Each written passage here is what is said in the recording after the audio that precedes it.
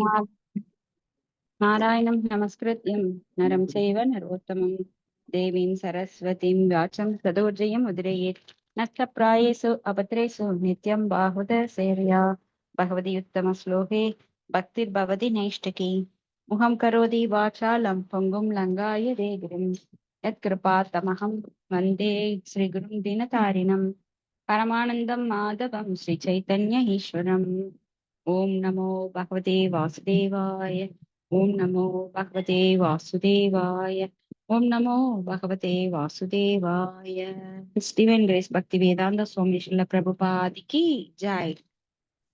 प्रणाम माताजी। हरे प्रणाम माताजी। अज्ञानतिमिरान्धस्य ज्ञानाञ्जनशलाकया चक्षुरुन्मीलितं तस्मै श्रीगुरवे नमः।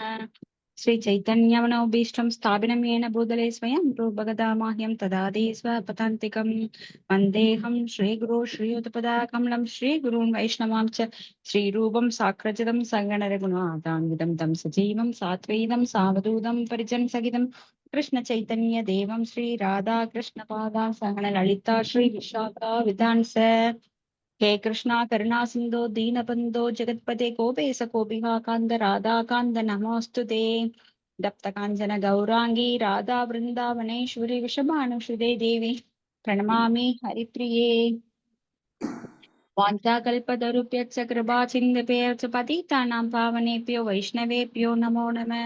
श्रीकृष्ण चैतन्य प्रभु नित्यानंद श्री अद्वैत गदाधर श्रीवासादि गौरभक्तवृंदा हरे कृष्ण कृष्ण कृष्ण हरे हरे हरे राम राम राम हरे हरे। பாகவத பிரார்த்தனை.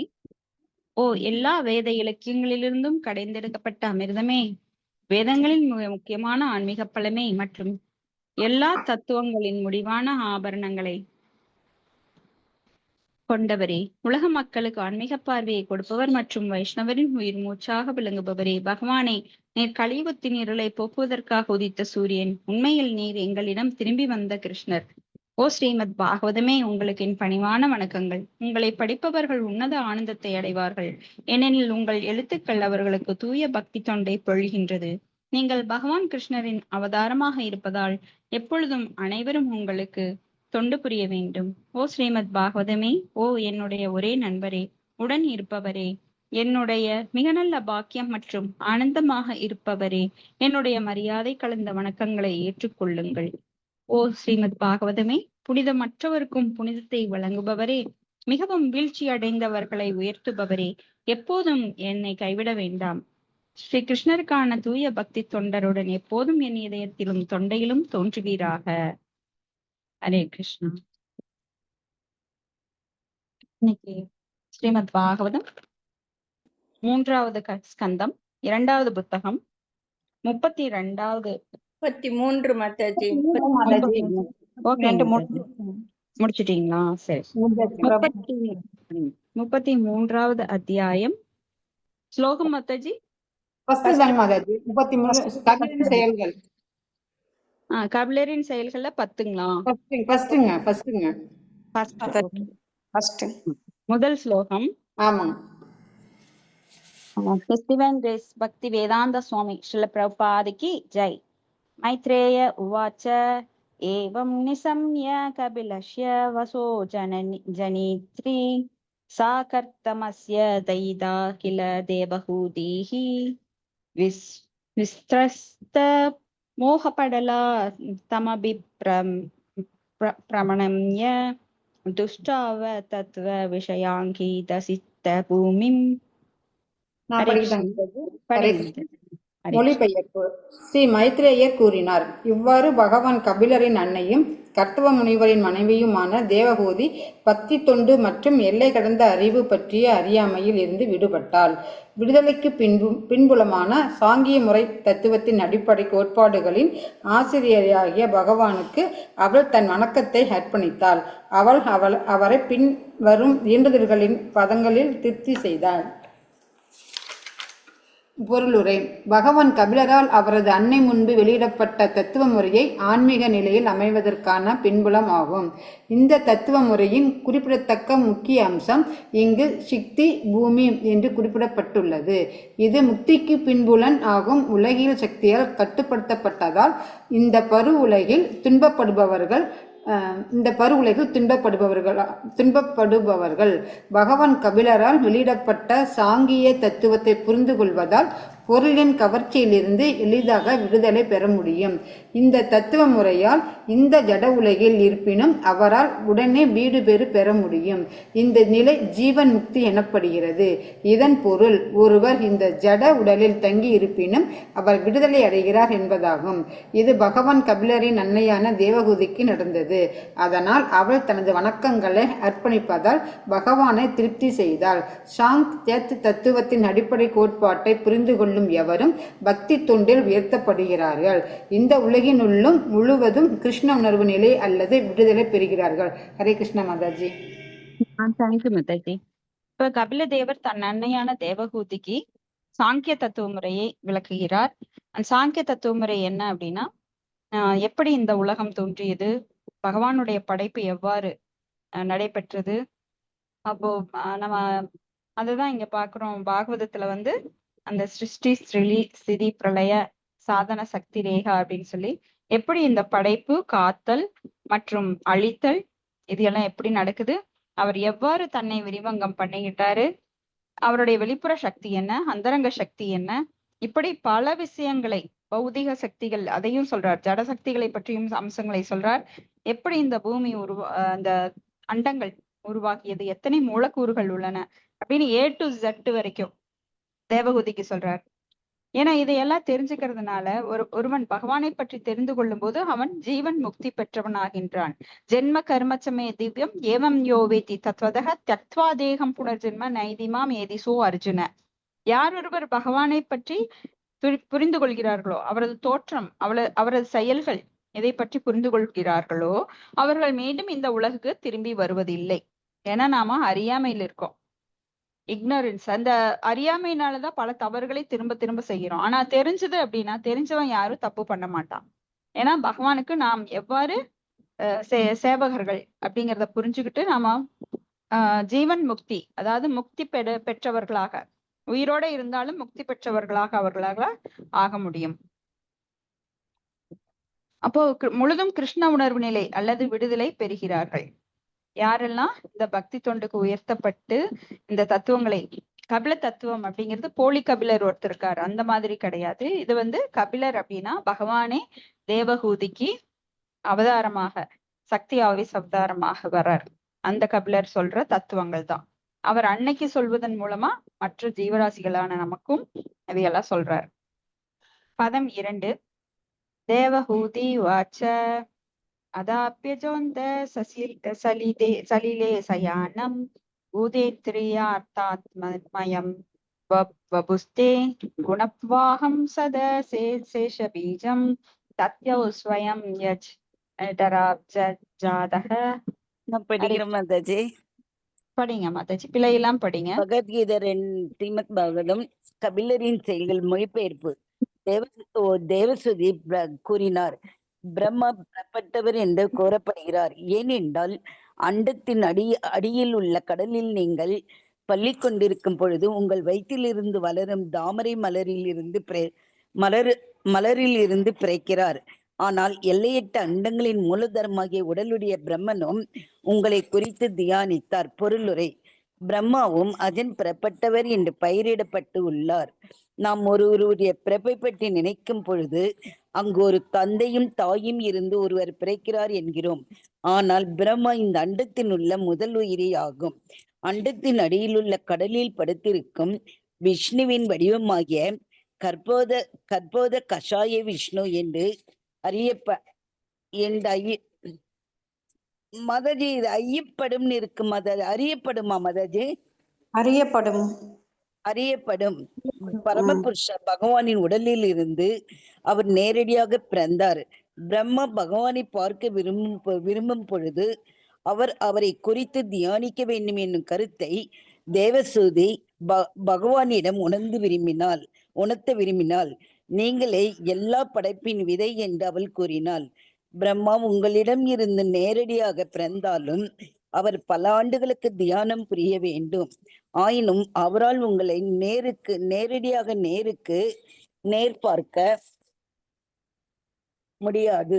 உங்கள் அண்டத்தின் அடியில் உள்ள பரந்த நீரில் கிடைக்கிறது. இவ்வாறு நீரில் நீங்கள் கற்போத கஷாயி என்று அறியப்படுகிறார்கள்.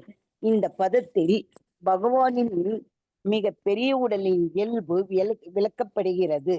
அந்த உடல் எல்லை கடந்தது, பொருளால் தொடரப்படாதது.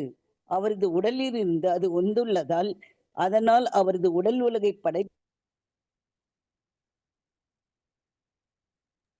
அவரது உடல் உலகப் படைப்புக்கு முன்னும் இருந்தது. விஷ்ணுவின் இயல்பு நிலை கடந்த உடல் மூலப்பொருட்களால் ஆனது இல்லை என்பது முடிவாகும். விஷ்ணுவின் உடல் எல்லா உயிரினங்கள் மற்றும் இயற்கை இவற்றின் மூலாதாரம் ஆகும். அது பரமபுருஷ பகவானின் சக்தியும் ஆகும். நீங்கள் ஜட வெளிப்பாடு மற்றும் எல்லா படைக்கப்பட்ட சக்தியின் பின்புலம் ஆவீர்கள். அதனால் சாங்கிய சத்துவத்தை விளக்குவதால் மாயையின் பிடிகளிலிருந்து நீங்கள் என்னை விடுவித்தால் மிக வியப்பானது அல்ல. ஆனால் நீங்கள் என் வயிற்றில் இருந்து பிறந்தது நிச்சயமாக அற்புதமானது. நீங்கள் எல்லா படைப்பின் மூலதாரமாய் இருந்தும் மிகவும் கருணையுடன் என் குழந்தையாக நீங்கள் பிறப்பெடுத்துள்ளீர்கள். அது மிகவும் அற்புதமானது. உங்கள் உடல் எல்லா அண்டத்திற்கும் ஆதாரம் ஆகும். ஆயினும் நீங்கள் உங்கள் உடலை என்னை போன்ற சாதாரண பெண்ணின் வயிற்றில் வைத்தீர்கள். எனக்கு அது மிகவும் வியப்பானதாகும் என்று தேவசூதி கூறினார். ஹரே கிருஷ்ண மாதாஜி. நன்றி மாதாஜி. ஹரே கிருஷ்ண மாதாஜி. உங்களோட லைன் கட்டாய் வந்தது, பாத்துக்கோங்க. நல்ல இடத்துல உட்காருங்க. என்ன மாதாஜி? உங்க லைன் கட்டாய் வந்தது மாதாஜி. ஓகே மாதாஜி. ஹரே கிருஷ்ணா. அப்ப இங்க வந்து பிரம்மா அப்படின்னா பிரம்மா எப்படி பிறந்தார் அப்படின்னா, அவருக்கு ஒரு ஆண் பெண் இணைவுனால அவர் பிறந்தவர் கிடையாது. அவருக்கு தாய் தந்தை எல்லாமே பகவான் விஷ்ணு தான். ஏன்னா கர்ப்போதக சாயி விஷ்ணுவோடைய நாபிக் கமலத்திலிருந்து ஒரு தாமரையில அவர் பிறந்தார். இது நம்மளுக்கு எல்லாருக்கும் தெரியும். அதனால அவர் பிறப்பற்றவர் அப்படின்னு பெயரிடப்பட்டுள்ளார். அஜ அப்படின்னா பிறப்பற்றவர். பகவான் தான் உண்மையிலேயே அஜ அப்படிங்கிறதுக்கு உண்மையான பிறப்பற்றவர். ஆனா இங்க அஜ அப்படிங்கிற வார்த்தை இவருக்கும் சொல்றாங்க. ஏன்னா அவருக்கு பிறப்புங்கிறது நம்மை போன்ற தாய் தந்தை இணைவதன் மூலமாக, விந்துவின் மூலமாக, கருவிலிருந்து வரல. அவர் பகவான் அப்படியே தாமரை மலர்ல நாபிக் கமலத்திலிருந்து அவரை படைச்சார். ஏன்னா பகவானுக்கு ஒரு பெண்ணோட துணை தேவைப்படாது. ஒருத்தரை தோற்றுவிக்கணும் அப்படின்னா பெண்ணோட துணையெல்லாம் அவருக்கு தேவை கிடையாது. அப்போ நாமெல்லாம் தாய் தந்தைக்கு பிறக்கிறோம். பிரம்மா அப்படி கிடையாது. அவர் தான் அண்டத்தோட முதல் உயிர்வாளி. இப்ப கர்ப்போதக சாயி விஷ்ணுவோட நேரடியா அவர் உடல்ல இருந்து பிறக்கிறார். ஆனாலும் அவர் பகவான்கிட்ட இருந்து நேரடியாக பிறந்தாலும் பகவானை பார்க்கணும் அப்படின்னா அவர் வந்து தியானம் பண்றார். பல ஆண்டுகள் தியானம் பண்றார். அப்ப பகவானை வந்து நேரடியா பார்க்க முடியாது அப்படிங்கிறது இதுல இருந்து தெரியுது. ஏன்னா பிரம்மாவுக்கே வந்து பல ஆண்டுகள் தியானம் பண்ணினாதான் பகவான் காட்சி தரார். பகவானுடைய உடம்பு மிகப்பெரியது. அதாவது அனந்த, எல்லையற்ற மிகப்பெரிய வடிவம். ஏன்னா அவரது மூச்சுக்காற்றிலிருந்து பல கோடி அண்டங்கள் வருது அப்படின்னா அவருடைய உடல் எவ்வளவு பெருசா இருக்குன்னு கற்பனையில கூட நம்மளால நினைக்க முடியாது. அந்த அளவுக்கு அவர் மிகப்பெரிய விபு அப்படின்னா பெரியவற்றுள் பெரியவர். ஏன்னா அவரது அங்கத்துணுக்கு தான் நாம் எல்லாம். அப்போ எத்தனையோ மில்லியன் உயிர்வாளிகள் இருக்கு. அவருடைய துணுக்கு அப்படின்னா பாருங்க. அதனால இந்த உலக படைப்பிற்கு முன்னாலேயே அவர் இருக்கிறார் அப்படிங்கிறது இதற்கு ஆதாரம். நம்மள மாதிரி மூலக்கூறுகளால் ஆனது கிடையாது அவரது உடல். ஏன்னா நம்மளதெல்லாம் பௌதிக உடல். நிலம், நீர், நெருப்பு, காற்று, ஆகாயம் அப்படின்னு பஞ்சபூதங்களால் ஆனது. மனம், புத்தி, அகங்காரம் அப்படின்னு சூட்சும உடலும் உண்டு நமக்கு. ஆனா பகவானுக்கு சூட்சும உடல், ஸ்தூல உடல் எல்லாம் கிடையாது. எல்லாமே திவ்யமான உடல். அவருக்கு ஆத்மா தனியா பிரிக்க முடியாது, உடல் தனியா பிரிக்க முடியாது. ஆனா நம்மளுக்கு உடல் தனியா பிரிக்க முடியும். எப்படி நாம இறந்தவுடன் இந்த ஆத்மா வெளியேறின உடனே இந்த உடலானது செயலற்று போகின்றது. ஆத்மா வேற, உடல் வேற ஆயிருது. ஆனா பகவானுக்கு அப்படியெல்லாம் கிடையாது. உடல் வேற, ஆத்மா வேற கிடையாது. அப்ப நமக்குள்ள பரமாத்மாவும் இருக்கிறார். ஆனா பகவான் திவ்யமானவர் அப்படிங்கறதுனால அவரது உடல் மூலக்கூறுகளால், இந்த பௌதீக மூலக்கூறுகளால் ஆனது அல்ல. அவரது உடல் திவ்யமானது. இப்ப விஷ்ணுவின் உடல் எல்லா உயிரினங்கள் மற்றும் இயற்கையின் மூல ஆதாரம். அவரோட உடல் தான் எல்லா உயிரினங்களுக்கும் மூல ஆதாரம். பரமபுருஷ பகவானின் சக்தியும் நீங்கள் ஜட வெளிப்பாடு மற்றும் எல்லா படைக்கப்பட்ட சக்தியும் பின்புலமாவீர் அப்படின்னு தேவகூதி சொல்றாங்க. இப்ப பகவான் தான் எல்லாத்துக்குமே ஆதாரம், சர்வ காரணம். அப்படி இருக்கிற பகவான், அவரோட வடிவம் எல்லையற்றது. எவ்வளவுதான் இப்ப நம்ம கையை நீட்டினா எவ்வளவு தூரம் போகும்? ஒரு 3 அடி போகும். அதுக்கு மேல எல்லாம் போகவே முடியாது. கால்கள் ஒவ்வொரு அடியாத்தான் எடுத்து வைக்க முடியும். ஆனா பகவான் அப்படி இல்லை. நினைச்ச இடத்துல இருந்து அவரது கைகள், கால்கள், கண்கள், அவரது வயிறு அப்படின்னு எல்லா பாகங்களும் எல்லா வேலையும் செய்யும். நம்மளுக்கு கண்ணு பார்க்கும், காலு நடக்கும், கை தூக்கறதுக்கு உபயோகப்படுத்துவோம். ஒவ்வொரு புலன்களும் ஒவ்வொரு வேலைதான் செய்யும். ஆனா பகவானுடைய உறுப்புகள், எல்லா உறுப்புகளும் எல்லா வேலையும் செய்யும். ஏன்னா பகவான் திவ்யமானவர். பகவானது உடல் திவ்யமானது.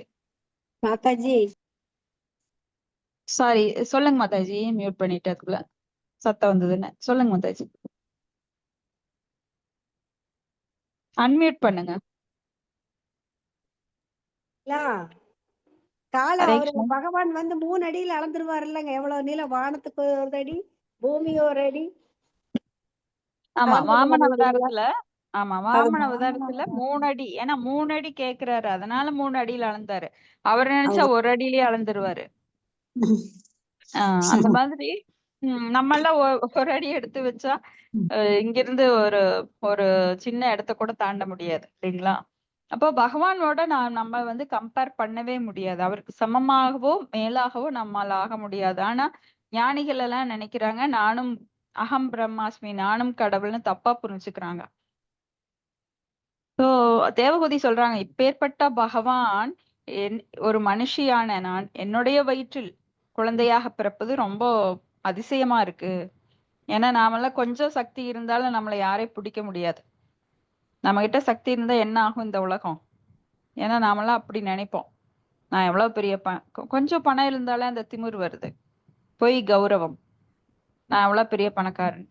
அந்த மாதிரி பகவானுக்கு எண்ணற்ற அற்புத சக்திகள், 64 தெய்வீக குணங்கள், இப்படி எல்லாவற்றிலும் மேலானவர். எல்லா குணத்திலையும் மேலானவர் அவர். அழகு, செல்வம், அறிவு, புகழ், துறவு, இப்படி பல ஐஸ்வர்யங்கள் அவர்கிட்ட இருக்கு. யாருமே அதை அடைய முடியாது, கம்பேர பண்ண முடியாது. ஏனி வச்சால் எட்டாதுங்கிற மாதிரி அவர்கிட்ட யாருமே நெருங்க முடியாது. அத்தனை அற்புத சக்திகள். ஈவன் சிவபெருமான், பிரம்மா கூட அவரை புரிஞ்சுக்கவோ அவருக்கு ஏவனாகவோ ஆக முடியாது. அப்ப அப்பேற்பட்டவர் என்னுடைய வயிற்றில் எப்படி ஒரு மகனாக பிறக்கிறார் அப்படின்னா என்ன அற்புதம் அப்படின்னு அவங்க பகவானை புகழ்கிறார். ஏன்னா அவர் மகனா பிறக்க வேண்டிய அவசியம் இல்லை. ஆனால் ஒரு பக்தர் வரம் கேக்குறாங்க, நீங்க எனக்கு மகனா பிறக்கணும். அந்த லீலையை செய்யறார். மகனாவும் பிறக்கிறார், நரசிம்மராவும் வர்றார், பன்றி உருவிலையும் வர்றார், வராக அவதாரமாக வருகிறார், மச்ச அவதாரமாக வருகிறார், கூர்ம அவதாரமாக வருகிறார், வாமன அவதாரமாக வருகிறார். இப்படி எண்ணிலடங்கா அவதாரங்களாக, கடல் அலைகளை எவ்வாறு கவுண்ட் பண்ண முடியாதோ அது மாதிரி பல அவதாரங்களாக வருகிறார். எதற்காக? சத்துவகுணத்தில் உள்ள மக்களை எல்லாம் கவர்ந்து திரும்பவும் தன்னிடம், தன்னுடைய இருப்பிடத்திற்கு கூட்டிச் செல்வதற்காக. அடுத்தது ஸ்லோகம் 3. ஜயேவ விஸ்வஸ்ய பவான் விதத்தே குணப்பிரவாகேன விபக்த வீரியः சர்க்காத்யநீகோ விததா பிஷந்தி ராத்மேஸ்வரோ தர்க்ய சகஸ்ர சக்திஹி. ஹரே கிருஷ்ணா மாதாஜி. படிக்கிறாங்க மாதாஜி. மொழிபெயர்ப்பு வழங்கியவர் தெய்வ திரு ஆஷா பக்தி வேதாந்த ஸ்ரீல பிரபுபாதருக்கு ஜெய். மொழிபெயர்ப்பு. என் அன்பு பகவானே, தனிப்பட்ட முறையில் நீங்கள் செய்வதற்கு எதுவும் இல்லை என்றாலும் இயற்கை குணங்களின் எதிர்ச்செயல்களில் உங்கள் சக்திகளை பகிர்ந்து அளித்துள்ளீர்கள்.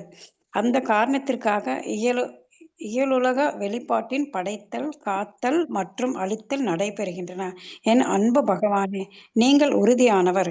எல்லா உயிரினங்களிலும் பரம புருஷ பகவான். அவர்களுக்காக நீங்கள் இந்த வெளி உலகை படைத்தீர்கள். நீங்கள் ஒருவராக இருந்தாலும் உங்கள் பல்வேறுபட்ட சக்திகள் பல்வேறு வகைகளில் செயல்பட முடியும். இது எங்களால் நினைத்து பார்க்க இயலாதது. பொருளுரை. பரம் சத்தியமான தனிப்பட்ட எதுவும் செய்வதற்கு இல்லாவிட்டாலும் இறைவனுக்கு பல பிறப்பட்ட சக்திகள் உள்ளன என்று இப்பதத்தில் வரும் தேவகூதியின் கூற்று உபநிஷதங்களில் உறுதி செய்யப்பட்டுள்ளது. யாருமே அவரை விட சிறந்தவராகவோ அல்லது அவருக்கு சமநிலையில் உள்ளவராகவோ இல்லை. இயற்கையால் செய்யப்படுவது போல எல்லாமே முழுவதும் அவரது சக்தியால் செய்யப்படுகின்றன. அதனால்தான் இயற்கையின் குணங்களில் பிரம்மா, விஷ்ணு, சிவன் போன்ற வேறுபட்ட வெளிப்பாடுகளிலும் ஒப்படைக்கப்பட்டிருந்தாலும் ஒவ்வொருவரும் பல வகைப்பட்ட ஆற்றலுடன் குறிப்பிட்ட பதவியில் இருந்தாலும் பரமபுருஷர் அந்த செயல்களிலிருந்து முழுதும் விலகி உள்ளார் என்பது இங்கு புரிந்து கொள்ளப்படுகிறது. தேவகூதி, நீங்கள் தனிப்பட்டு எதுவும் செய்யவில்லை என்றாலும் நீங்கள் தீர்மானம் பூர்ணமானது. உங்களை தவிர வேற யாருடைய உதவி ஹரே கிருஷ்ண மாதாஜி. உங்களை தவிர வேற யாருடைய உதவியுடனும் உங்கள் விருப்பத்தை நிறைவேற்றுவது பற்றிய வினாவே இல்லை. முடிவில் நீங்களே பரமாத்மா, கட்டுப்படுத்தும் மேன்மையாளர். அதனால் உங்கள் விருப்பம் யாராலும் கண்காணிக்கப்பட இயலாது என்று கூறினார். பகவான் பிறரின் திட்டங்களை கண்காணிக்க முடியும். நாம் ஒன்று நினைக்க தெய்வம் ஒன்று நினைக்கும் என்று கூறப்படுகிறது. ஆனால் பரமபுருஷ பகவான் நினைக்கும் பொழுது அந்த ஆசை யாருடைய கட்டுப்பாட்டிலும் இருக்காது. அவர் முழு முதலானவர். நாம் நமது ஆசைகளை நிறைவேற்றிக் கொள்ள இறுதியாக அவரை சார்ந்திருக்கிறோம். அதனால் கடவுள் ஆசைகளும் யாருக்கும் கட்டுப்பட்டவை என்று நம்மால் கூற இயலாது. அதுவே அவரது நினைத்து பார்க்க இயலாத ஆற்றலாகும். சாதாரண உயிரினங்களை நினைத்து பார்க்க இயலாதவை அவரால் எளிமையாக செய்ய முடியும். அவர் எல்லையற்றவராக இருந்தாலும் கூட அவர் தன்னை வேத இலக்கியங்கள் போன்ற அதிகாரபூர்வமான புனித நூல்களிலிருந்து அறியும்படியாக தன்னை எளிமைப்படுத்திக் கொள்கிறார். சப்த மூலத்வா என்று கூறப்படுகிறது. அவர் சப்த பிரம்மா அல்லது வேத இலக்கியத்தின் மூலம் அறியப்பட முடியும். படைப்பு ஏன் உருவாக்கப்பட்டது? பகவான் எல்லா உயிரினங்களுக்கும் பரமபுருஷ பகவானாக இருப்பதால் இயற்கையின் மீது ஆதிக்கம் செலுத்துவதோ அனுபவிக்க விரும்பும் அந்த உயிரினங்களுக்கு இந்த பரு உலகை படைத்தார். பரமபுருஷ பகவானாக அவர் மக்களின் பல்வேறு ஆசைகளை நிறைவேற ஏற்பாடு செய்கிறார். இது வேதங்களிலும் ஏகோ பகுனம் யோ விதாத்தி காமான் என்று உறுதிப்படுத்தப்படுகிறது. மேலான ஒன்று பல உயிரினங்களின்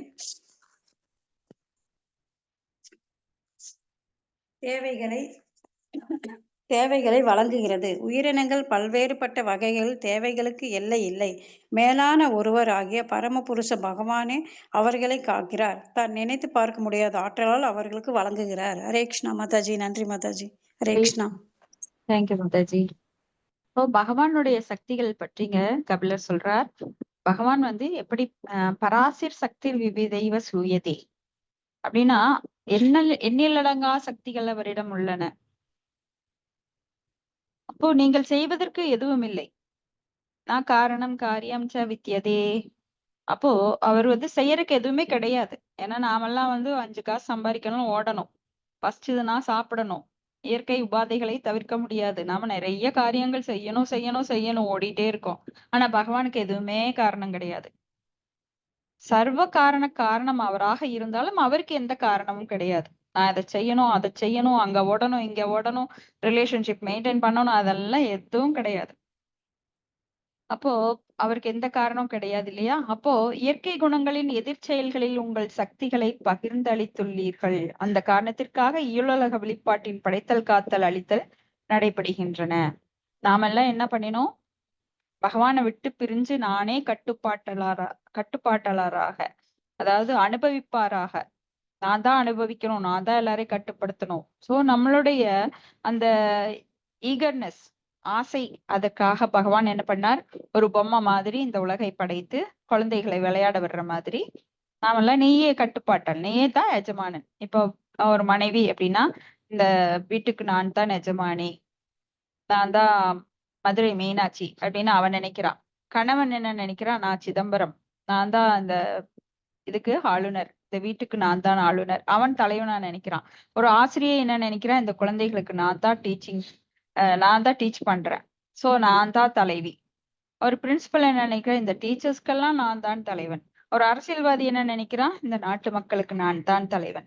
சோ ஒவ்வொருத்தரையும் ஒவ்வொரு ஸ்டேஜ்ல வச்சிருக்காரு.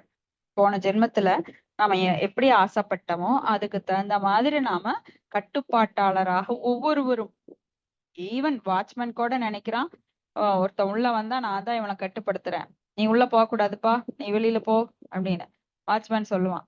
சோ ஒவ்வொரு ஸ்டேஜ்லயும் பாத்தீங்கன்னா ஒருத்தரை கட்டுப்படுத்துறாங்க. ஒரு அக்கா வந்து தம்பிய கட்டுப்படுத்துறான். ஏய் தம்பி, நீ நான் சொன்னாதான் கேட்கணும், நான் உனக்கு அக்கா அப்படின்பா. இப்படி ஒருத்தரும் ஆளுநராக நாம் இருக்கிறோம். ஏன்னா பகவான்கிட்ட இருந்து பிரிஞ்சு வந்த காரணம் என்ன, நான் ஆளுநராக இருக்கணும். அடுத்தது நான் அனுபவிப்பாளனாக இருக்கணும். நான் தான் இந்த வீட்டோட ஓனர், அதனால நான் தான் அனுபவிக்கிறேன், இந்த செல்வத்தை நான் அனுபவிக்கின்றேன், சோ இந்த உணவை நான் அனுபவிக்கிறேன், இந்த சுவையை நான் அனுபவிக்கிறேன். இப்படி எத்தனையோ அனுபவிக்கும் ஆசையில நாம இங்க படைக்கப்படுகின்றோம். ஏன்னா பகவான் விட்டு பிரிஞ்சு, பகவான் இல்லாம நம்ம இருக்க முடியாது. ஆனாலும் நமக்குள்ள எல்லாருக்குள்ளேயும் பரமாத்மாவாக இருந்து நம்ம ஆசைகளை பூர்த்தி செய்து கொண்டிருக்கிறார் பல கோடி ஜென்மங்களாக. நாம் என்னமோ இப்பதான் பிறந்த மாதிரி இருக்கு, ஆனா 80 லட்சம் உயிர்வாளிகளுக்கு அப்புறம்தான் இந்த மனித ஜென்மம் கிடைக்கிறது. அப்போ பகவான் வந்து நம்மள வெறுக்கல. ஆனா நாம என்ன பண்றோம், பகவானை மறந்து அவர் என்ன தந்தாலும் அனுபவிச்சுட்டே இருக்கிறோம். அந்த அனுபவிக்கின்ற ஆசையினால பிறவி எடுத்துட்டே இருக்கோம். அப்ப பரம சத்தியமானது தனிப்பட்டு செய்ய, ஆனா பகவானுக்கு வந்து அந்த ஆசைகள் எல்லாம் கிடையாது. ஆசைகள் அற்றவர். அவர் வந்து எனக்கு வந்து அனுபவிக்கணும். ஆனா அவர்தான் அனுபவிப்பாளர். ஆனா அனுபவிக்கணுங்கிற ஆசை அவருக்கு கிடையாது. அதே சமயம் மற்றவர்கள் ஆசையை பூர்த்தி செய்வதற்காக, இப்ப கோபிகளோட ஆசையை பூர்த்தி செய்வதற்காக அவர் வந்து அவங்களுக்கு காதலனாக இருக்கிறார், ஒரு தாய்க்கு மகனாக இருக்கிறார், ஒரு நண்பனுக்கு நண்பனாக இருக்கிறார். இப்படி 5 விதமான ரசாபாவங்கள் நாம பார்த்திருக்கோம். சாந்த ரசம், சாந்த, சக்கிய, மாதுரிய, வாத்சல்ய அப்படின்னு தாசிய, அந்த பாவங்கள் எல்லாம் நாம பார்த்திருக்கோம். ஆனா அவருக்கென்று எதுவுமே கிடையாது. ஏன்னா அவர் ஆத்மராமா, தன்னுள் நிறைவு பெற்றவர். அவருக்கு பசி கிடையாது, தூக்கம் கிடையாது, தாகம் கிடையாது. ஏன்னா எதுவுமே, அவர் வந்து எல்லாமே அவருக்குள்ள இருக்கு. அவருக்கு எதுவும் தேவைப்படாது, காரணமே கிடையாது. யாரும் அவரை விட சிறந்தவராக அல்லது சமநிலையில், அசமர்த்தவர் அப்படிங்கிற வார்த்தையினால நம்ம அதை புரிந்து கொள்ளலாம். அவருக்கு சமமாகவோ உயர்ந்தவரோ யாருமே கிடையாது. இயற்கை முழுவதுமே அவரது சக்தியால் செய்யப்படுகின்றது. அப்ப அந்த குணங்கள் நமக்கு எதனால இந்த குணங்களுக்கு கட்டுப்பட்டு இந்த பௌதீக உலகத்துல மாயோட பிடியில இருக்கிறோம்? ஏன்னா நாமெல்லாம் விருப்பப்பட்டோம். நம் விருப்பத்தை நிறைவேற்றுவதற்காக இந்த உலகத்தை அவர் படைக்கிறார், அதற்குள்ள நம்மளை அனுப்புறார். நான் வந்து அனுபவிப்பாளனா இருக்கணும், நான் கட்டுப்பாட்டாளனா, அவங்க நிலையில நாம ஒவ்வொருத்தரும் செயல்பட்டு இருக்கிறோம். நம்மளுடைய பூர்வ ஜென்ம வினைக்கேற்ப நம்ம கட்டுப்படுத்துறோம். சிலர் கட்டுப்படுத்துறோம், சிலர் வந்து பெரிய ஒரு இண்டஸ்ட்ரிக்கு வந்து ஒரு தலைவரா இருக்காரு, அவ்வளவு பேரை கட்டுப்படுத்தணும்னு அவர் போன பிறவியில ரொம்ப முயற்சி பண்ணி புண்ணியங்களை சேர்த்து இந்த பிறவியில அவ்வளவு பேரை கட்டுப்படுத்துறார். சோ ஒவ்வொருத்தருடைய சக்திக்கு தகுந்த மாதிரி இங்க. அப்ப இயற்கை குணங்களில் பிரம்மா, விஷ்ணு, சிவன் போன்ற வேறுபட்ட வெளிப்பாடுகள் ஒப்படைக்கப்பட்டிருந்தாலும், ஒவ்வொருவருக்கும் பல வகைப்பட்ட ஆற்றலுடன் குறிப்பிட்ட பதவியில் இருந்தாலும் பரமபுருஷர் அந்த செயல்களுக்கு முழுவதும் விலகி இருக்கிறார். ஏன்னா அவருக்கு எதுவுமே கிடையாது, அவருக்கு ஜாபுங்கிறதே கிடையாது. நாமெல்லாம் சிவன் வந்து அழிக்கணும், பிரம்மாவனா படைக்கணும், விஷ்ணுனா காத்தல் இருக்கு. ஆனா பரமபுருஷ பகவானான கிருஷ்ணர் அவர் வந்து கோலோக பிருந்தாவனத்தை விட்டு அகழ்வது இல்லை, ஒரு அடி கூட வெளியில வர்றது கிடையாது. எப்போ என்ஜாயர், அனுபவிப்பாளர். ஈஸ்வர பரம புருஷ. புருஷ அப்படின்னா என்ன, அனுபவிப்பவர். பரம புருஷ அப்படின்னா உயர்ந்த அனுபவிப்பாளர். நாமெல்லாம் அனுபவிக்கிறோம், நாமெல்லாம் புருஷர் அப்படின்னு சொன்னா இந்த உலகுல என்ன, ஒரு ஆண் அவன் புருஷன் அப்படின்னா என்ன, அவன் பெண்ணை அனுபவிப்பவன். அது மாதிரி நாம் எல்லாருமே ஒவ்வொரு புருஷர்கள், குட்டி குட்டி புருஷர்கள். ஆனால் நம்மளுக்கெல்லாம் உயர்ந்த புருஷராரு பரம புருஷர். அப்படின்னா பரம அப்படின்னா உயர்ந்த புருஷர் யாருன்னா பகவான் தான். இப்ப தேவகூதி சொல்றாங்க, நீங்க தனிப்பட்ட எதுவும் செய்யவில்லை என்றாலும் உங்கள் தீர்மானம் பூர்ணமானது. ஏன்னா அவர் எதுவுமே செய்ய வேண்டிய அவசியம் கிடையாது. அவருக்கு எந்த தேவையும் கிடையாது. அவர் சாப்பிடணும், தூங்கணும், ஐயோ அடுத்த நாள் இதை பண்ணணும், முந்தின நாள் அதை பண்ணணும், படைக்கணும், காக்கணும், அழிக்கணும், எல்லாமே அவருக்கு எந்த பொறுப்பும் கிடையாது. ஒரு ஃபாரினர் வந்தாரு. அவர் வந்து சில பிரபுபாதர் கிட்ட நின்னாரு. அவர் கேட்டார் அந்த ஃபாரினர் கிட்ட, நீங்க இந்த நிறைய தெய்வங்களை இங்க பாக்குறீங்க. ஏன்னா அவர் பெங்கால்ல இருந்தார். காளி தேவி எல்லாம் பார்த்து அந்த காளி தேவி கோயில் எல்லாம் வணங்கிட்டு வந்தவர். அந்த ஃபாரினர்கிட்ட கேட்டாரு, நீங்க எந்த தெய்வத்தை வந்து ரொம்ப ஃப்ரீடமா இருக்காரு, சுதந்திரமா இருக்காரு, கட்டுப்பாடு இல்ல, அவருக்கு எந்த ஒரு பொறுப்பும் இல்ல, யாரு அவரு அப்படின்னு கேக்குறப்போ அவர் சொல்றார், ரொம்ப சிம்பிள், கிருஷ்ணா தான் அப்படின்னு. எப்படி சொல்றீங்க அப்படின்னு சில பிரபாதர் கேட்டார். அப்ப அவர் சொல்றார், காளி தேவி நிறைய ஆயுதங்கள் வச்சிருக்காங்க கையில, திரிசூலம், கத்தி, வில்லு, வேலு, ஆம்பு, இது அது கதா, அந்த மாதிரி ஆயுதங்கள் எல்லாம் வச்சிருக்காங்க. அதனால அவங்க எதிரிகளை அழிக்கிறாங்க. அவங்களுக்கு வந்து போர் புரியணும் அப்படிங்கிற சூழ்நிலை இருக்கும் போல இருக்கு. அப்போ முருகர் பார்த்தா வேல் வச்சிருக்காரு, விநாயகர் பார்த்தா நிறைய கவசங்கள் வச்சிருக்காரு. இந்த மாதிரி எல்லாருமே ஆயுதங்களை வச்சிருக்காங்க. அப்புறம் சிவன் பார்த்தா தவம் பண்றாரு, மண்டையோட்ட போட்டுட்டு அவர் வந்து பாம்பெல்லாம் சுத்திட்டு உடம்புல அவன் தவம் பண்றாருன்னா எதையோ குறித்து ஆழ்ந்த தியானத்தில் அவர் இருக்கிறார். ஆனா கிருஷ்ணர் வந்து புல்லாங்குழல் ஊதிட்டு பசுக்களோட அவர் எப்போ சிரிச்ச முகத்தோட இருக்கார், அவருக்கு எந்த பொறுப்பும் இல்லைன்னு இதுல இருந்து தெரியுது அப்படின்னா ரொம்ப ஆச்சரியப்பட்டார் சில பிரபுபாதர். எப்படி இந்த பாரத பூமியில இருக்கிறவங்களுக்கு கூட தெரியறது இல்ல கிருஷ்ணர் யார் அப்படிங்கிறது. அவர் தான் சுப்ரீம் பர்சனாலிட்டி ஆஃப் த காடெட் அப்படின்னு தெரியறது கிடையாது. ஆனா அவர் சீக்கிரம் கண்டுபிடிச்சுக்கிட்டார். அவர் வெளிப்புற தோற்றத்தை இந்த பகவானுடைய சிலாரூபத்தை வச்சு அவங்க கண்டுபிடிச்சிட்டார், கிருஷ்ணர் வந்து எந்த பொறுப்பும் இல்லை அப்படின்னு. ஆனா கிருஷ்ணர் ஒரு அடி கூட கோலோக பிருந்தாவனத்திலிருந்து எடுத்து வைப்பதில்லை.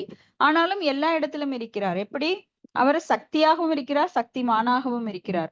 மேல கோலோக பிருந்தாவனத்துல அவர் சக்திமானாக இருக்கிறார். அப்போ எப்படி ஒரு கிருஷ்ணர் வந்து பல அசுரர்களை வெல்கிறார், அவர் பல அற்புத செயல்களை செய்கிறார். ஒரு சுண்டு வரல்ல ஒரு 5 வயது பாலகனாக அவர் வந்து கோவர்த்தன கிரியை கையில தூக்கி ஒரு வாரம் அங்கெல்லாம் எல்லாரையும் காக்குறார் அப்படின்னு எல்லாம் நாம படிக்கிறோம். அப்புறம் எப்படி ஒரு அடி கூட எடுத்து வைக்காம அதெல்லாம் பண்ணிட்டு இருக்காரு அப்படின்னா அவருக்குள்ள இருக்கிற வாசுதேவ கிருஷ்ணர் வெளிவந்து அதை பண்றாரு. கிருஷ்ணரே பண்றது கிடையாது. ஏன்னா அவர் தன்னை பல விரிவுகளாக, பல மில்லியனாக தன்னை விரிவங்கம் பண்ணிக்கலாம். ஒரு சித்தர் வந்து தன்னை 8 அல்லது 9 விதமாக விரிவங்கம் பண்ணிக்கிறார். ஆனா பகவான் அப்படி இல்லை. அவருக்கு கவுண்ட்லெஸ், இவ்வளவுதான் பண்ண முடியுங்கிறதெல்லாம் கிடையாது. அதை வந்து நம்ம வாயால வர்ணிக்கவே முடியாது, அவ்வளவு தன்னை விரிவங்கம் பண்ணிக்குவார். அப்போ அவர் வந்து சப்த பிரம்மமாக அறியக்கூடியவர். எப்படி அறிந்து கொள்ளலாம் அவரை? நாமளா கற்பனை பண்ணி அறிஞ்சுக்கலாமா? எப்படி சூரியன் ஒரு இடத்துல இருக்கு, ஆனா அதனுடைய கதிர்கள் நாம சொல்றோம் இந்தியால மட்டும்தாங்க சூரியன், இங்க மட்டும்தாங்க வெளிச்சங்க இருக்குது, மற்ற இடத்துல எல்லாம் கிடையாதுங்க அப்படின்னா இது நம்ப தகுந்த விஷயமா? சூரியன் ஒண்ணுதான், ஆனா எப்படி பல கோள்களுக்கு அது தன்னுடைய கதிர்களை செலுத்துகின்றதோ அது போல பகவான் ஒரு இடத்துல இருந்தாலும் அவரது சக்திகளாக பல அம்சங்களாக, கலா கலாவாகவும் அம்சமாகவும் தடச சக்தியாகவும் அப்படி பல விதங்களாக அவர் வந்து தன்னை விரிவங்கம் பண்ணி பல அம்சங்களாக வருகிறார். கலா அம்சங்களாக வருகிறார். ஏதே சாம்ச கலா பும்சக கிருஷ்ணஸ்து பகவான் ஸ்வயம் பகவான் யாரு? பகவான் கிருஷ்ணா. அவருக்குள்ள இருந்து பலராமர், அப்புறம் சதுர்வியூகம், வாசுதேவ கிருஷ்ணர், அனிருத்தர், பிரத்யும்னர், அப்படி பல அம்சங்களாக அவர் வர்றாரு. இதெல்லாம் நாம பார்த்தோம். கர்ப்போதக சாயி விஷ்ணு, க்ஷீரோதக சாயி விஷ்ணு, காரணோதக சாயி விஷ்ணு அப்படின்னு புருஷாவதாரங்களா வருகிறார். குணாவதாரங்களாக பிரம்மா விஷ்ணு சிவனாக வருகிறார். இப்படி தன்னை பலவாக விரிவங்கம் பண்ணிக்கிறார். அப்புறம் அவர் எப்படி புரிஞ்சுக்க முடியும்? சும்மா ரோட்ல போறவங்க சொல்றாங்க இந்த கோயிலுக்கு போகாதீங்க, அந்த கோயிலுக்கு போனா உங்களுக்கு நல்லா எல்லாம் கிடைக்கும்னு. அதுதான் தெரியும். சாதாரண மக்களுக்கு வந்து பக்தின்ற பெயர்ல ஜட விஷயங்களை அனுபவிக்கணுங்கிற நோக்குல பகவானை காண முடியாது. யாரால் பகவானை காண முடியும் அப்படின்னா ஒரு பக்தனால் மட்டும்தான் பகவானை புரிந்து கொள்ள முடியும், காண முடியும். பக்தியானாம் அபிஜானாதி யாவான் யாஸ்வாஸ்மி தத்வதக தத்வா யஸ்வாஸ்மி தத்வதக அப்படின்னு சொல்லி ஒரு பக்தனால் மட்டுமே பகவானை புரிந்து கொள்ள முடியும் அப்ப அந்த பக்தன் எவ்வாறு புரிந்து கொள்ள முடியும்னா, அவர் குருவை அணுகிறார். குருவை அணுகும் போது குரு அவனுக்கு காணிச்சு கொடுக்கிறார். எப்படி? குரு, சாது, சாஸ்திரா. ஒரு குரு மூலமா பகவானை அறிஞ்சுக்க முடியும். சாது அப்படின்னா ஒரு பக்தன் மூலமாக அறிந்து கொள்ள முடியும். சாஸ்திரங்கள் மூலமாக பகவானை அறிந்து கொள்ள முடியும். அதுதான் சப்த பிரம்மம் அல்லது வேத இலக்கியத்தின் மூலம் அறியப்பட முடியும். வேதங்கள் எல்லாம் அவரை பற்றி, பகவானை பற்றி வர்ணிக்கின்றது.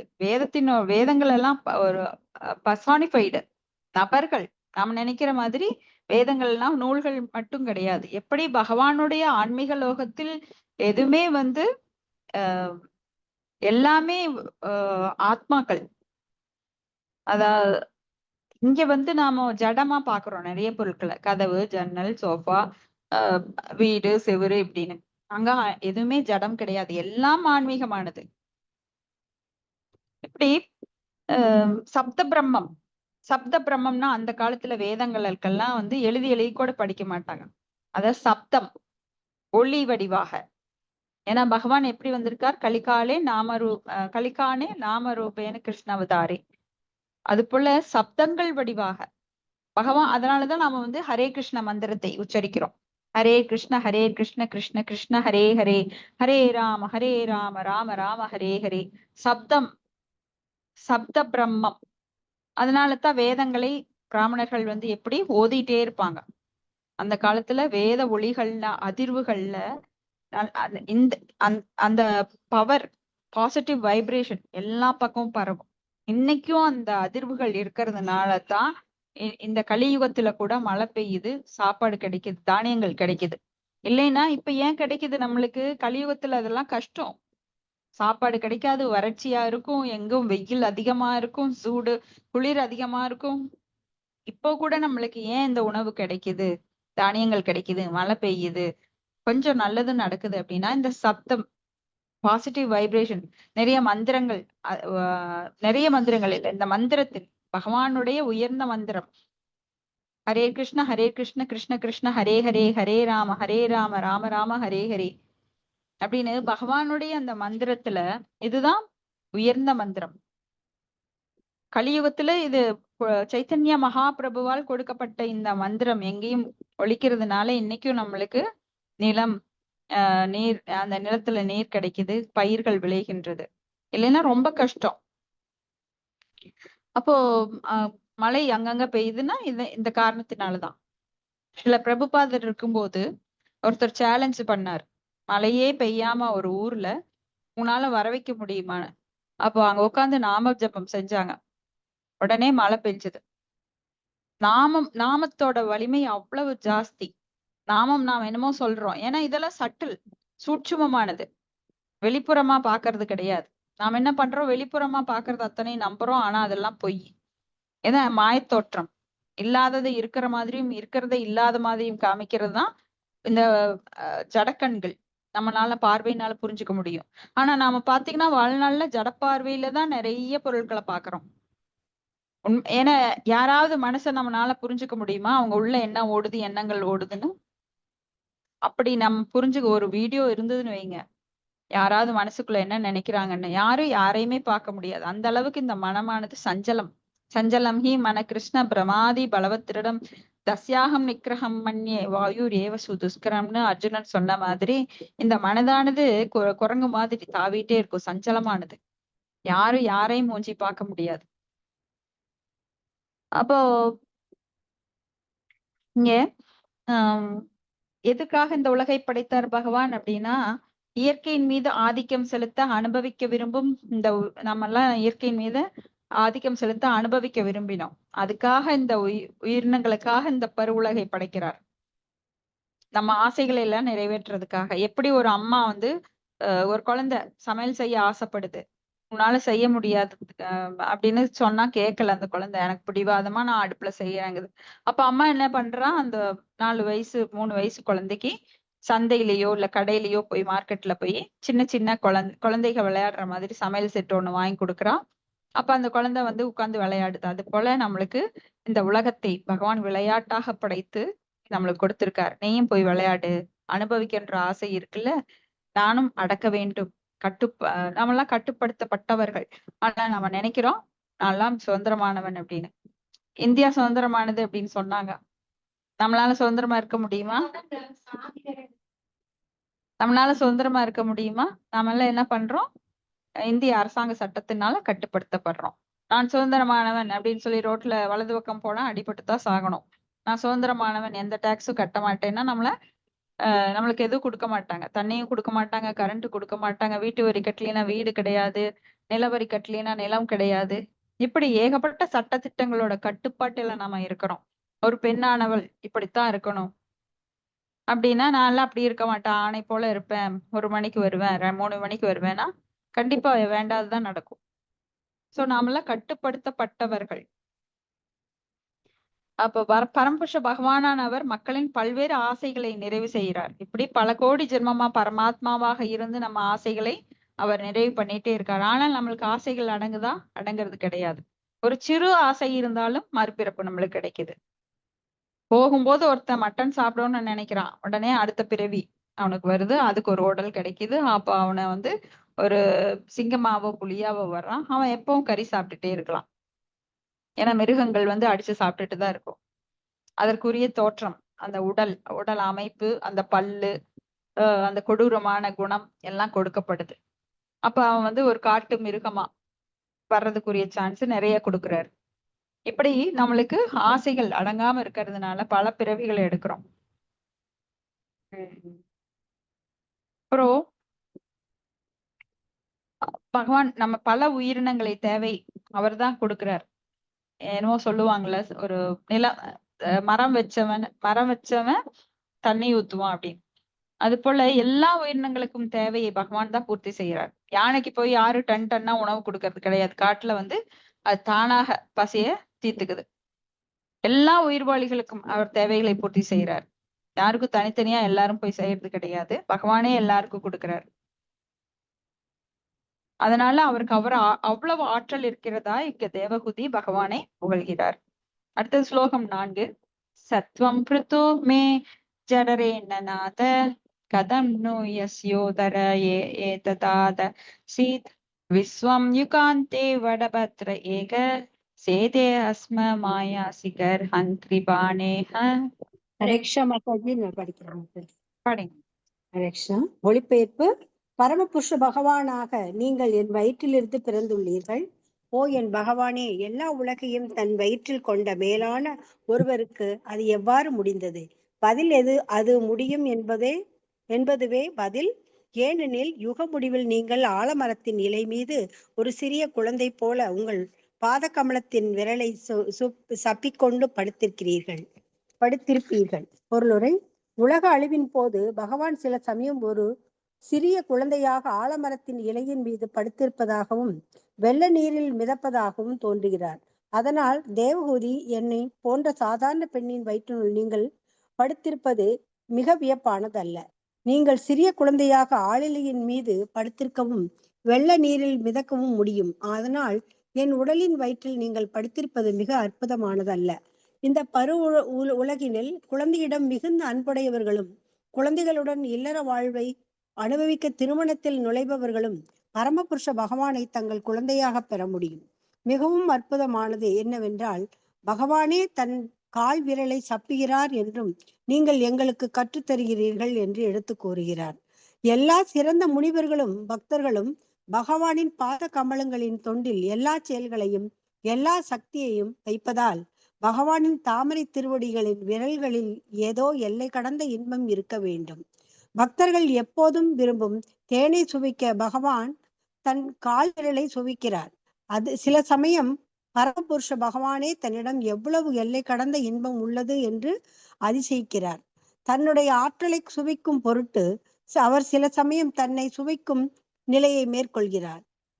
சைத்தன்ய பிரபு கிருஷ்ணரே ஆவார். ஆனால் பக்தர்களின் மிகச் சிறந்தவராகிய ஸ்ரீமதி ராதாராணியால் சுவைக்கப்பட்ட அவரிடம் உள்ள உன்னத இன்பத்தின் இனிமையை சுவைக்க ஒரு பக்தராக தோன்றுகிறார். ஹரே கிருஷ்ணா மாதாஜி. தேங்க்யூ. தேங்க்யூ மாதாஜி. உலக அழிவின் போது, அந்த பிரளயத்தின் போது நாம பார்த்திருக்கோம், பகுதி பிரளயம் ஒண்ணு இருக்கு, அப்புறம் ஒரு மகா பிரளயம். மகா பிரளயத்தின் போது எல்லா அண்டங்களும் அண்டத்தில் இருக்கிற எல்லா அந்த லோகங்களும் அழிக்கப்படுகின்றது. ஆனா பகுதி பிரளயத்தின் போது ஒரு அண்டத்தில் உள்ள பாதி, அதாவது மேலுலகங்கள் தவிர்த்து கீழுலகங்கள் எல்லாம் அழிக்கப்படுகிறது. பிரம்மாவோட 100 ஆண்டு காலம் முடியும் போது பிரம்மாவும் அழிகின்றார், மற்ற லோகங்களும் அழிகின்றது. அப்போ பகவான் வந்து அந்த உலக அழிவின் போது சில சமயம் ஒரு குழந்தையாக ஆலமரத்தின் இலையின் மீது படுத்திருக்கிறத நாம ஓவியங்கள்ல பார்த்திருக்கோம். வெள்ள நீர்ல மிதப்பார். எதுக்காக அப்படின்னா, எல்லாருமே வந்து என்னுடைய தாமரை பாத கமலங்களை எல்லாருமே போற்றுகிறார்கள். அதன் சுவையை அவங்க வந்து ரொம்ப அனுபவிக்கிறாங்க. என்னதான் இருக்கு என்னோட பாத கமலத்துல அப்படின்னு சொல்லி அந்த விரலை எடுத்து அவரே சப்பி பாக்குறாராம். இன்னைக்கு கூட நாம வந்து பிறந்த குழந்தைகள் வந்து சில சில மாதங்கள்ல அந்த காலை தூக்கி அந்த விரலை வந்து வாயில வச்சிருக்கோம். பாதங்களோட விரலை வந்து வாய்க்கு கொண்டு போய் அது எப்படி அந்த ஆக்ஷன் வருது அப்படின்னா பகவான் இருந்துதான். ஏன்னா நாம் ஒரு தாயோ தந்தையோ என்ன இதுல இருக்காங்களோ, மனோபாவத்துல இருக்கிறாங்களோ அது அப்படியே குழந்தை வெளிப்படுத்துது இல்லையா? சில குழந்தைகள் அவங்க அப்பா மாதிரியே தூங்கும், சில குழந்தைகள் அவங்க அப்பா மாதிரியே பேசும். இந்த மாதிரி எப்படி அந்த ஜெனட்டிக் சொல்லுவாங்க. அது போல பகவான் இருந்து நாம வந்ததுனால பகவானுடைய குண அதிசயங்கள் நம்ம கிட்ட அப்பப்ப வெளிப்படும். நற்குணங்கள் எது எல்லாம் நல்லவையோ, எது எல்லாம் வெளிச்சமோ அதெல்லாம் பகவானுடைய அந்தரங்க சக்தி. எதெல்லாம் இருமையோ, எதெல்லாம் கெட்டவையோ அதெல்லாம் பகவானுடைய வெளிப்படை சக்தியான இந்த மாயையோட சக்தி அப்படின்னு நம்ம புரிஞ்சுக்கணும். அப்போ பகவான் அப்படிப்பட்ட வெள்ள நீரில் மிதக்கக்கூடியவர். பேரலைகள். அந்த வெள்ள நீருங்கிறது சாதாரணமா நாம பார்க்கக்கூடியது கிடையாது. இங்கெல்லாம் வந்து கடல் கொந்தளிக்கும் போது நம்மெல்லாம் பாக்குறோம். வெள்ளம் வரும்போது அந்த ஆற்றோட வெள்ளத்தெல்லாம் பாக்குறோம். அதெல்லாம் கிடையாது. இதெல்லாம் கற்பனைக்கு எட்டாத பல அந்த ஒரு அண்டமே அழியும் போது எப்படி ஒரு பெரும் வெள்ளம் அப்படின்னா சாதாரணமா கிடையாது. இந்த உலகம் மணலே இருக்காது, மண்ணே இருக்காது. அந்த அளவுக்கு பூமியானது ஃபுல்லா நீரால நிரப்பப்பட்டிருக்கும். அது எப்படின்னா அப்படியே பல அடிகள் அந்த வெள்ள நீரானது மேல பூமிக்கு போகும். பூமியில இருந்து வானத்துக்கு அந்த அலைகள் போகும். அந்த அளவுக்கு பெரும் வெள்ளம். அதாவது இந்த அண்டம் அழியும் போது அந்த வெள்ளம் ஆனது கற்பனைக்கு எட்டாததா இருக்கும். ஒரு சின்ன ஜீவராசி கூட தப்பிக்க முடியாது. இப்பெல்லாம் பாத்தீங்கன்னா அந்த காட்டு தீயில கூட சில உயிரினங்கள் தப்பிரும். நிலத்துக்கு அடியில இருக்கிற உயிரினங்கள் தப்பிரும். இப்ப வெள்ளம் வரும்போது நீருக்குள்ள இருக்கிற உயிரினங்கள் தப்பிச்சிரும். ஆனா இங்க எப்படின்னா காற்றும் வரும், வெள்ளமும் வரும், காற்றோட சுழற்சி பல கோடி வேகத்துல இருக்கும். அது கூட பூமியானது புரட்டி எடுக்கும்.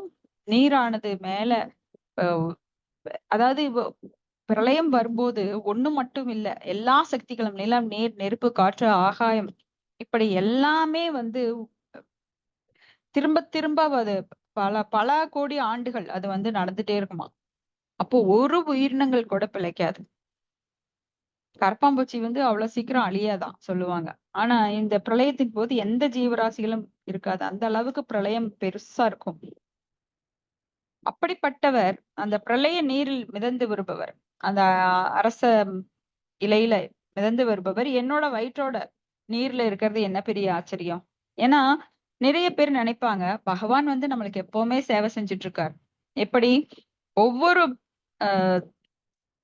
இந்த உடல் எடுக்கும் போது நம்மளுக்கு நிலம், நீர், நெருப்பு, காற்று, ஆகாயம் 24 மூலக்கூறுகளாக பஞ்சேந்திரியங்கள், ஞானேந்திரியங்கள், கர்மேந்திரியங்கள் இப்படி 15, அப்புறம் பஞ்சபூதங்கள் 5, அப்புறம் மனம், புத்தி, அகங்காரம் 3, இப்படி தன்மாத்திரைகள் இப்படி 24 மூலக்கூறுகளாக வெளிப்பட்டு நமக்கு எல்லாத்தையும் தர்றாரு. அதை வச்சுதான் நம்ம இங்க அனுபவிச்சுட்டு இருக்கிறோம். நம்ம உடம்பே வந்து ஜடப்பொருட்களால் ஆனது. அதுக்குள்ள அந்த ஆத்மாவை கொண்டு வர்றதும் அவர்தான். ஆத்மாவை கொடுத்தவரும் அவர்தான். இந்த ஆத்மா அவரிருந்துதான் வெளிப்பட்டது. அவருடைய பார்ட் அண்ட் பார்சல் நாம் எல்லாருமே.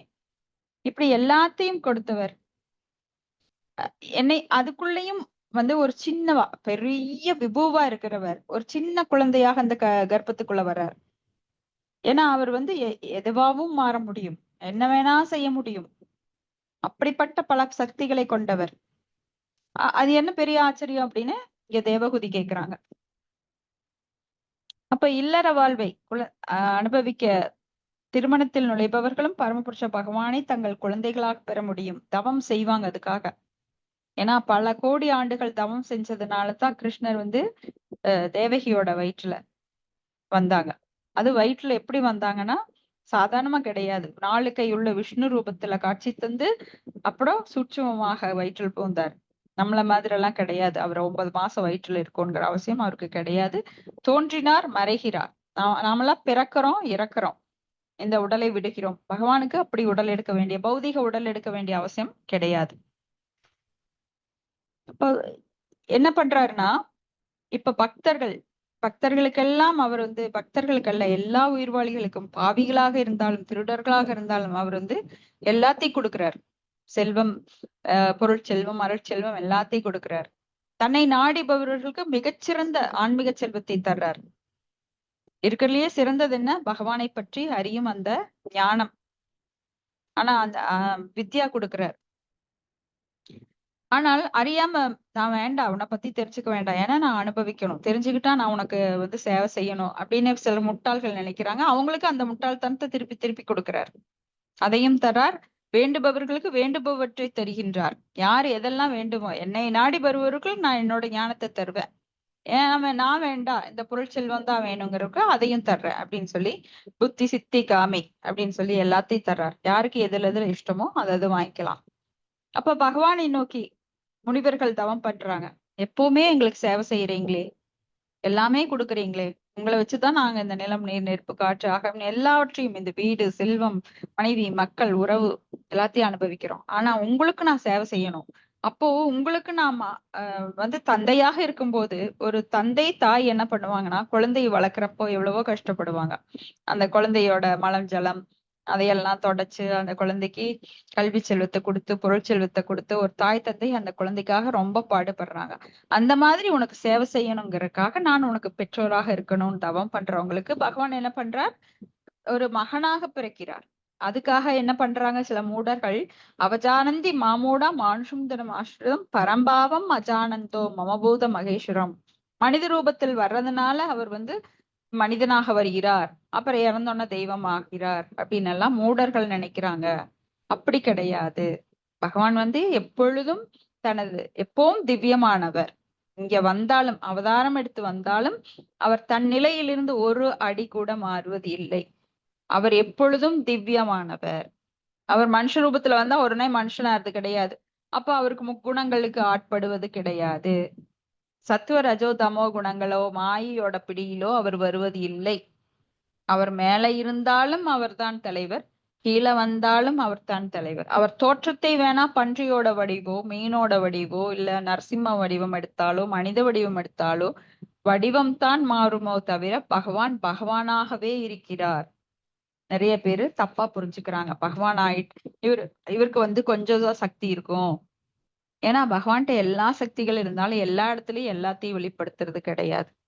இப்ப ஒருத்தருக்கு டான்ஸ் தெரியும், பாட்டு தெரியும், ஸ்போர்ட்ஸ்ல பெரிய பெரிய வீரனா இருப்பான். ஒரு இடத்துல போய் நின்று எனக்கு எல்லாம் தெரியும்னு அங்க கக்குவாரா? நான் பாருங்க ஆடி காமிக்கிறேன், நான் பாடி காமிக்கிறேன், நான் பாருங்க இந்த ஏரோ விட்டு காமிக்கிறேன்.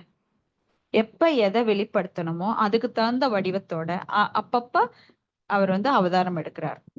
அப்ப மச்ச அவதாரம்னா தாழ்ந்ததா, கூர்ம அவதாரம்னா தாழ்ந்ததா? கிடையாது. எல்லாமே பகவான் தான். ஆனா எந்த இடத்துல எதை வெளிப்படுத்தணும், எவ்வளவு நேரம், அதுக்கு காலம் எல்லாத்தையும் அவர் தான் தீர்மானிக்கிறார். ஏன்னா அவர் ஸ்வராட். ஸ்வராட் அப்படின்னா சுதந்திரமானவர். அவருக்கு யாரும் கண்ட்ரோலர் கிடையாது. அவர்தான் எல்லாத்தையும் கட்டுப்படுத்துகிறார். இதெல்லாம் நாம புரிஞ்சுக்கிட்டோம் அப்படின்னா பகவானை பத்தி நாம அந்த அறிவை, ஞானத்தை வளர்த்து கொண்டு அவர் மேல பக்தியை நம்மளால அன்பை வளர்த்துக்க முடியும். ஒருத்தரை பத்தி தெரியாதவங்க மேல நாம அன்பு காட்ட முடியாது, அன்பை வளர்த்து கொள்ள முடியாது. சோ பகவானை பற்றி தெரியத்தான் சில சமயம் பகவான் தன்னுடைய ஆற்றலை தானே ருசிக்கிறதுக்காக அவரே பல வடிவங்களை எடுக்கிறார். இப்ப ஸ்ரீமதி ராதா ராணி யாரு? அவருடைய சக்தி ஸ்ரீமதி ராதாராணியாக அப்போ ராதாராணி வந்து இன்பத்தின் இருப்பிடம், ஆனந்தம், ஆனந்தத்தோட சக்தி, பகவானுக்கு ஆனந்தத்தை அள்ளி வழங்குறவங்க. அப்போ ராதாராணி வந்து எவ்வளவு ஆனந்தமா இருக்காங்க.